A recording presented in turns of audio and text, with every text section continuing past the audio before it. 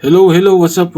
So mag-withdraw tayo dito mga pre ng 540 pesos. Ayan, so makikita nyo rito. Processing na yung payout natin, 540 pesos at minutes lang, success agad guys. So nakapag-payout tayo 540 pesos, arrive agad at makikita nyo dito sa GCash natin, 540 pesos. Patunay lang na paying website na to.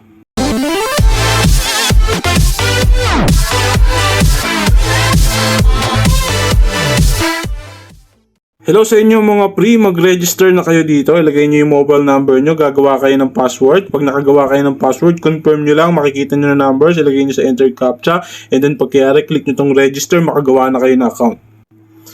Pag may account na kayo dito mga pre, makakakuha kayo dito ng 40 pesos bonus na pwede nyo isama sa withdrawal. So pag-usapan natin dito mga pre, yung mga iba pang pwedeng pagkakitaan gaya na lang ng 10 pesos daily earnings na kung saan 1,000 pesos yung libreng product na ibibigay sa inyo mga pre, and then 10 pesos nga yung kikitain nyo. Punta kayo dito sa home, meron kayo dito na pwedeng i-avail ng mga product na kung saan 200 pesos mo, 56 pesos yung kikitain mo.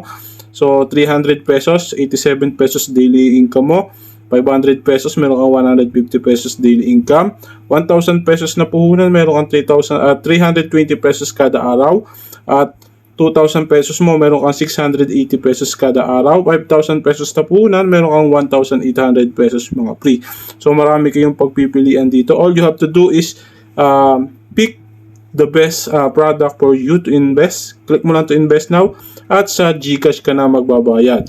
At kapag nakapagbayad ka dito sa GCash, pupunta ka dito sa Mine and then click mo lang tong payment record.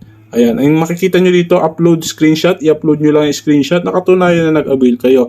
And then kung nakapag-avail na kayo dito, mapupunta na yan dito sa ating orders at magkakaroon na tayo ng daily earnings. And then pagkayari nyan, punta lang kayo dito sa Bind Bank Card, ilagay nyo rito yung GCash name, GCash number, at select nyo yung GCash, submit mo. Pag na-submit mo, ay pwede ka na mag-withdraw.